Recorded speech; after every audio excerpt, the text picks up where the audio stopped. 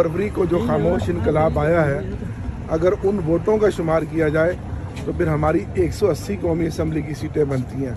और उन 180 कौमी असम्बली की सीटों के साथ स्पेशल सीटें मिलाएं तो इस हाउस में हमारी 235 सीटें हैं। इस हाउस ने, इन हुकूमती बेंचों ने हमारा वोट चुराया है। ये वोट के भी चोर हैं, ये इस कौम के कौमी खजाने के भी चोर हैं, ये डाकू हैं और किस बेहिस्सी के साथ, किस बेशर्मी के साथ ये ऐवान में बैठे हैं। अगर 8 फरवरी के इलेक्शन के मुताबिक रिज़ल्ट आए